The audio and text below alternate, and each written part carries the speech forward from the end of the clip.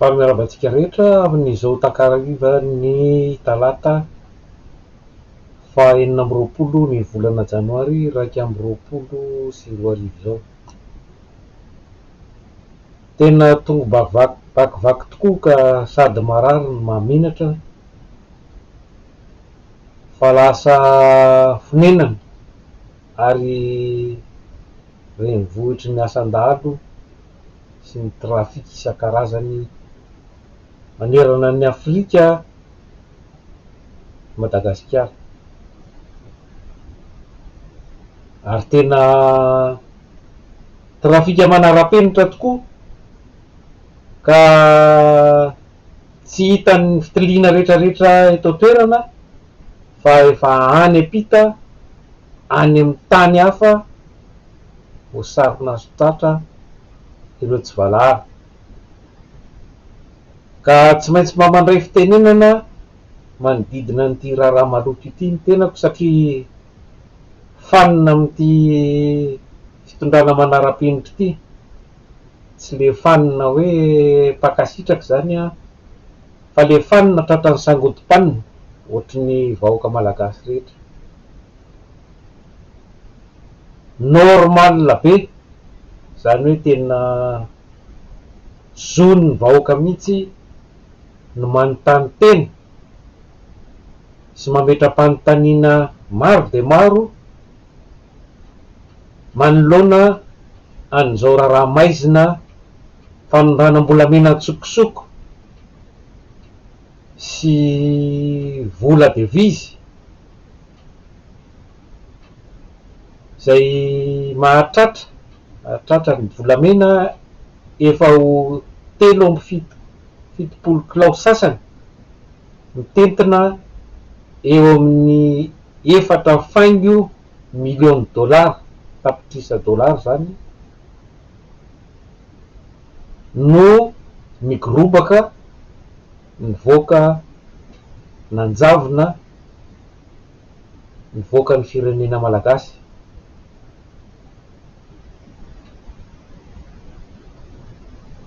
Zon'ny vahoaka malagasy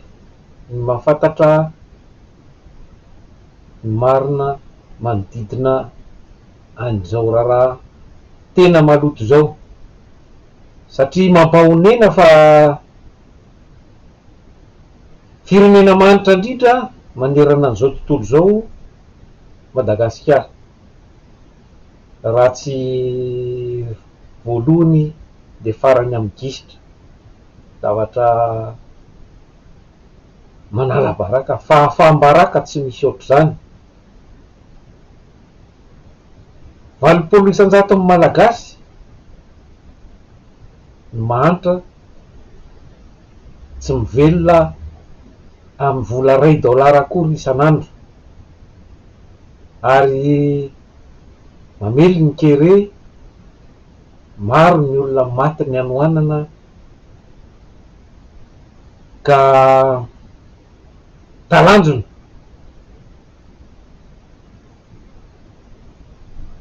Raha mahita vahy ve manana rem-pirenena ohatr'izao ty tanitsika ity volamena tsy tapesipesena, tsy takabidy, mivoaka antsokosoko maizina any velany nefa amin'ny malagasy fadiran'ovana sy ao anaty fahantrana lalina. Ka zagagy sika zany ry malagasy raha izao manjo atsika satria reo ane no tratra fa raha ny tena izy de volamena efa tsy toko tsy hoforoana ary pirenena efa tsy toko tsy hoforoana na vatosoa na bois de rose andramena sy ny sisa no efa nivoaka naondrana nangalarina ireo arenatsika ireo. Ka petraka amin'ny fanontaniana maninona no tany Johannesburg voasarona ireto jiolahy irakiraka 3 lahy Inona zany nataon'le douane gasy, inona nataon'ireo tao amin'ny mpiasan'ny sistany, ary koa ireo douanier zay tokony anara-maso ny entana mivoaka sy miditra eto amin'ny firenena malagasy.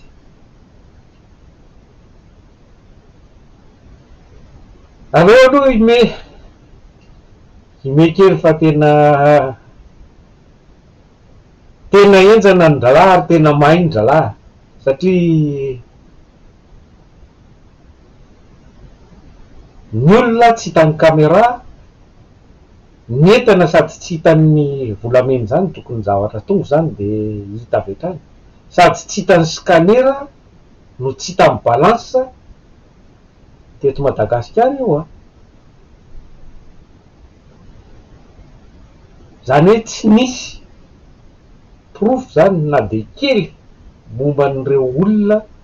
sy ny entana mivoaka tsokosoko teto amin'ny tanitsika malagasy. Ary ny tena loza dia firenena amin'izao fotoantsika mihidy ny sistantsika, nefa de mbola mahita hirika ohatr'izany ny ratsy, ka mazava ho azy fa tsy havita zany raha olona rakoto sy rabe tsy mahavita zany, fa zavatra dralahy efa manara-penitra,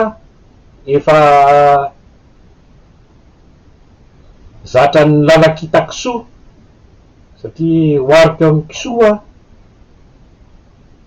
ny fitantanany eto amintsika. Rehefa mamaky vala ny kisoa de tapitra foana ny trongisiny sy alainy sy hoaniny avokoa zay mifanena aminy, tsy misy hafan'izany ireo mpitondra atsika. Ka diditsika malagasy ny mamerina ny kisoa ao ambany, tsy hanaiky ny tsirariny ohatr'izao intsony, tsy avelantsika hitoy izao lalakita kisoa izao, fa hiaro ny tanitsika sy ny harenatsika sika malagasy. Mampalahelo tokoa satria tompotra amin'ny ono hatrany ny vahoaka malagasy, ary maizina apototra amin'ny mazava, satria ny tompona andraikitra dia tsy manome fanazavana momba izao raharaha tena saripady izao, tsy manome ny antsipiry sy ny tena marina mba hampitony ny saina sy ny eritreritry ny vahoaka malagasy, zay matsiaro sady efa fadiranovana no mbola voalatra ohatr'izao. Ka ny gazety sy ny douane mivelany indray no manome vaovao misimisy kokoa noho ny eto amintsika. Tsy pihako aloha fa amin'ny resaka saripady momba ny harem-pirenena toy izao dia ny tompon'andraikitra voalohany amiko tokony hijoro sy hanazava ny sain'ny malagasy, satria fahasambaraka tsy misy ohatr'izao dia ny filoham-pirenena, adidin'ny filoham-pirenena miaro ny vahoaka malagasy sy ny harenany vahoaka malagasy. Zay no andraikiny voalohany indrindra, ankoatra ny fiarovana ny maha iray tsy mivaka amin'ny firenena. Ka raha olona tena marina sy mazava ary tsy manana tonga amin'ny tenin'le mpamono afo akaiky de akaiky azy milaza fa tsy misy atahora amin'ny fanjakana amin'ity raharahambolamena ity. Inona tokoa moa tokony atahora amin'ny fanjakana amin'izany raha tena madio le fanjakana? Zavatra tsotra de tsotra, raha nisy nangalatra atao, misy zany ny olon-dratsy, raha madio ny fitondrana sy ny fitsarana, dia ohatran'ny raharaha heloka bevava rehetra, samborina ny olon-ratsy de tsaraina de gadraina rehefa fantatra fa tsy nety ary izy tokoa ny tompona andraikitra hatramin'ny halatra volamena. Ary voatontonina koa ny ao an-tampony eo amin'izao raharaha zao ka ny tokony ho izy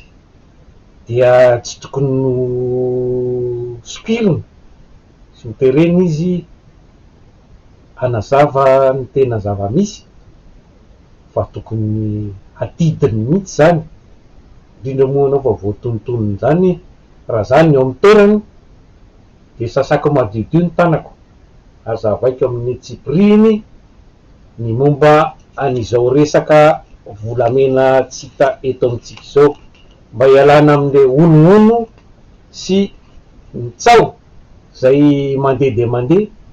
satria rehefa tsy menao vaovao le vahoaka dia mitady vaovao etseroa izy zay mba takatry ny sainy sy takatry ny eritreriny sy vitany, dia voaka daholo ty atsanga tsy amanorana rehetra ty. Ka tokony hijoro amin'ny marina zany ny filoha, satria raha mijoro amin'izay fahamarinana izay izy sy miaro ny marina ary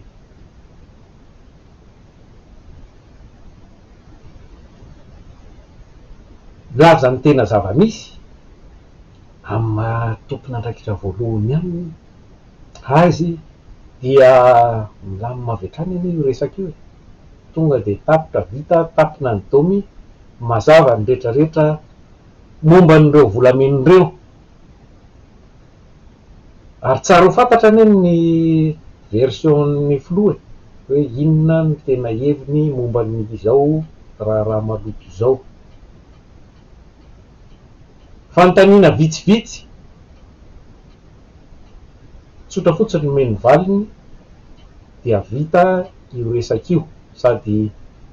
milamina ny vahoaka, verina ny harenantsika, verina ny vola, afaka ampiasaina hanasoavana sy hanampiana amin'reto olona fadiran'ovana mahantra sy zara raha misakafo marefo efa malaza eto amintsika amin'izao fotoan'izao reo, dia vita ny raharaha. Fanontaniana voalohany hoe avy aiza marina ireo volamen'ireo, satria rehefa nivoaka ny sisy tany izy tsisy nalala, raha tsy saron'ireo douanier tany Afrika Atsimo zay nanao ny asany ara-dalàna zany ireo volamen'ireo de nanjavona tsy hita, fa saingy tratra izy de nolazaina fa any ny fanjakana malagasy,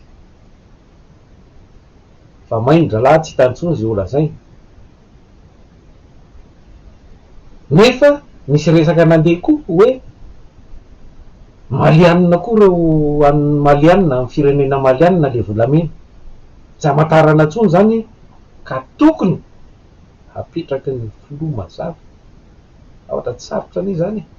raha olona manano marina zany tsy isy olana za mamoaka amin'ny marina zany raha tena olo marina ianao matoa ianao tsy mahavita miteny ohatra nahako zao za tsy nangalatra de miteny za tsy nakan'izay ary tsy anahy io za koa tsy nampangalatra an'io satria tsy nataoko zay. Manana marina zany sotramiko miteny zavatra tsotra, simple comme bonjour ozy izy ny fitenenana. Le volamena zany hoe avy aiza, ary raha volamena malagasy marina l'izy dia mbola ray reny sary hita reny anie mbola tsy présentation ana volamenan'ny banky centraly reny. Zany volamenana banky centraly zany a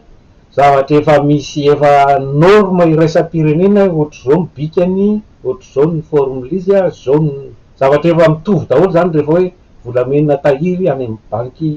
bankina centraly na firenena tahirim-bolamena ny firenena tsirairay avy. Fa matoa ohatry reny le volamena, de volamena mbola tsy lafatra tsara, mbola misy, mbola tsy pur zany ary mbola tsy manaraka an'le norme na hoe manara-penitra araka ny vanim-polana mizatra antsika eto Madagasikara. Ka raha ohatra ka nataontsika hoe an'ny banky centrale ihany ara le volamena, satria zay mantsy zao ny resaka hoe nitakina ny amerenana an'ireo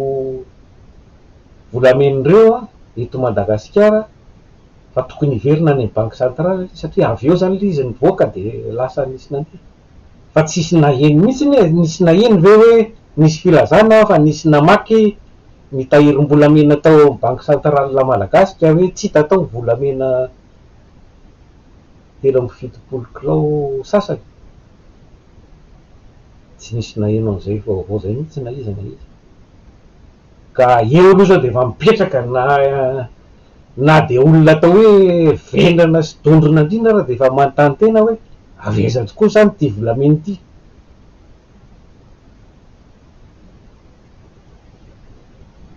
Dia fantanina manaraka koa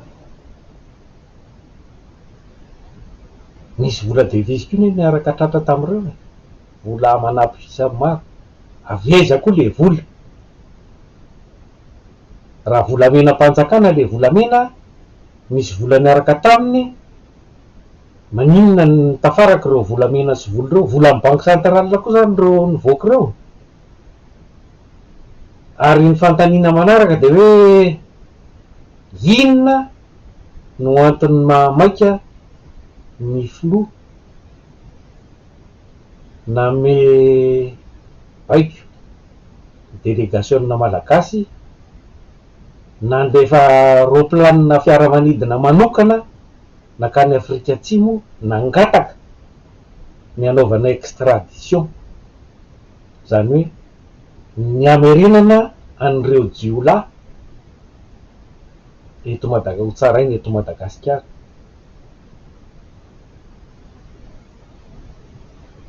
Ny resaka momba an'le volamena aloha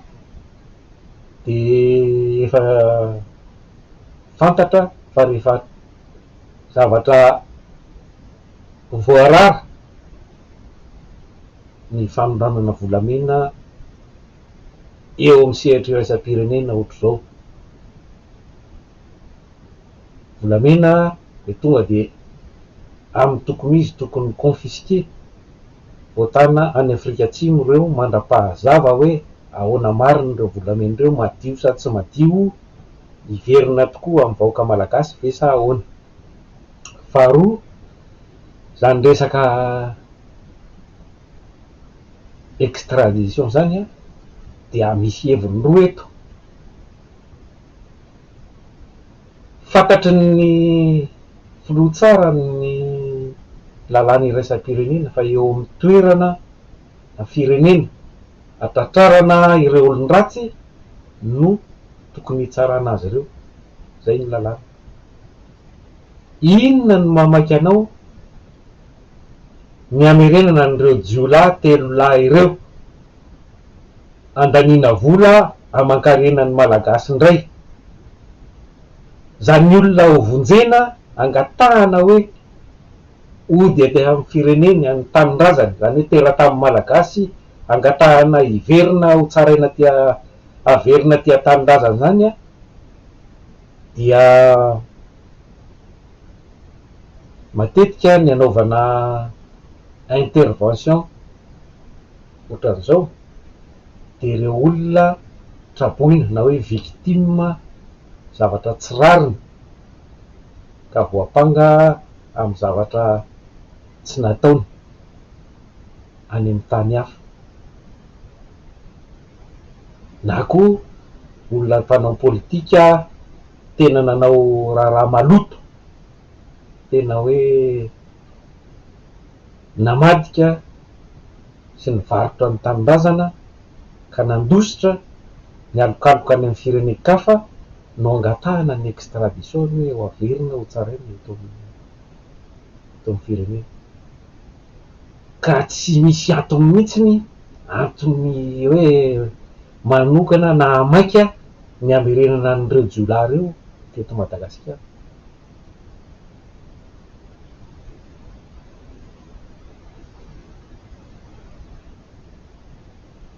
Ka manoloana ny zay zavatra rehetrarehetra zay ry vahoaka malagasy dia aoka ho mailo isika menakavy satria raha izao no fandehany de tsy mazava vetivety ity raharaha ty, ary voatraingo voasaringotra ao anatin'izao ny raha ambonimbony ao matoa veran-javona ohatran'io le raharaha satria ohatranay efa niaina tany amin'ny tany mpangalatromby tany amin'ny daly tany atsimo tany dia tsy maintsy verezim-dy ny mpanarakomby, zany hoe rehefa very ny omby iny de manenjika ny tompony sy ny fokon'olona mamerina azy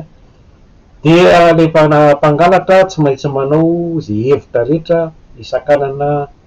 ny vahoaka tsy ahalala marina, zany hoe tsy ahazo ireo omby nangalarina. Ka aoka sika ho mailo fa be maro de maro zao ny diversion na fanarin-dy entina anasarotsaronana an'izao raharaha zao, lasa mivadika misy resaka sanatria aloha tsy teniteny foana hoe resa-body fanenjehan'olona amin'ny resaka fiainana privé, fiainany tsirairay ihany no lasa tsikeraina. Ao koa ny resaka fanafoanana tanàna ray manontolo hoe namono zandary de ny fokon'olona rehetra ao amin'le tanàna no fongorona tsy hipetraka ao intsony fa roasina hiala tao.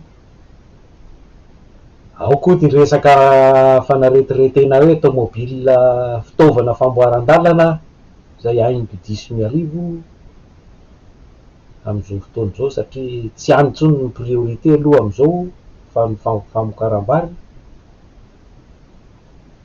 ka tsisy afan'ireo fiaraben'ny naretirety tamin'ny propagandy ihany reo fiarabe le fandraofanjorody rehefa avy eo tsy hitany naleny fa entina